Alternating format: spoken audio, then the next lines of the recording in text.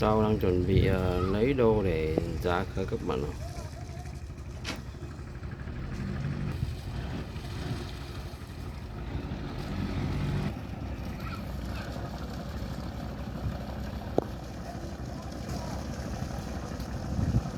Mấy người đang còn vả lưới nè.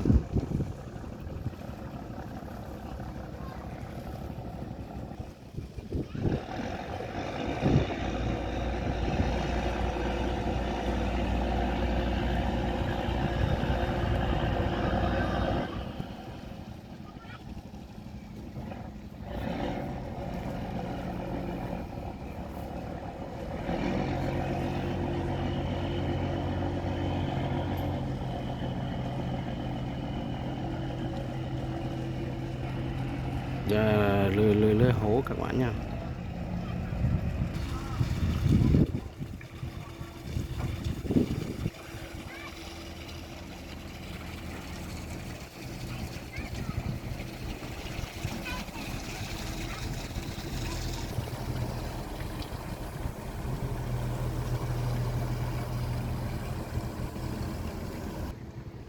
Có một cái chiếc thuyền nhỏ đang có câu cá.